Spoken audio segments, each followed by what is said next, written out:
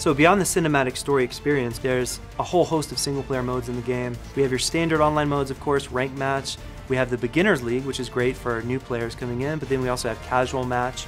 Obviously, arcade mode, that's a big one. You battle against various CPU opponents, and you get rewards based on your performance. If you don't know how to perform a move, you can start with the mission mode, start with your favorite character like Captain Marvel, and at your own pace, you can go through one by one, learn a little bit more, all the way to crazy advanced combos.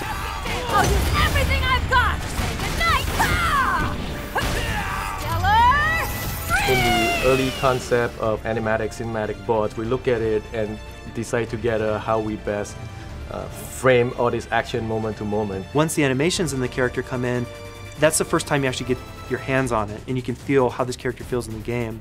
There's a long tuning process after the characters get implemented to make sure that the way they feel and the way they play is very much authentic to the character that they are. Capcom side has their original theme music, and the natural course of action is to remix them and bring it more current.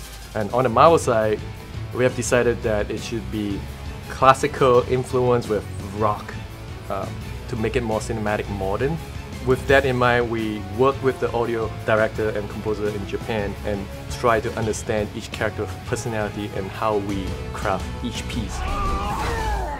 Game development is a process. You're kind of building the plane as you're flying it in a certain degree, but one of the interesting things we did with Marvel vs. Capcom was we want to push the gameplay, we also want to push the graphics and the engine. So we moved away from an internal engine we used on Marvel vs. Capcom 3 and moved over to the Unreal Engine technology. You know, we all have very high expectations, and when we first started implementing the stones in the partner system and we saw the synergy and we saw the creativity there, and we said, that's it.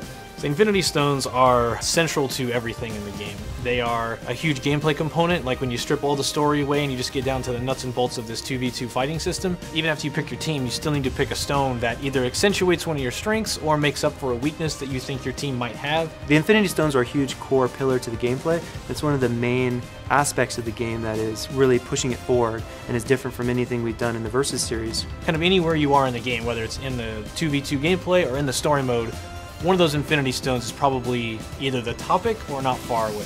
We're really excited to see how players take that and just, you know, expand on the creativity and develop their own unique playstyle with the Infinity Stones.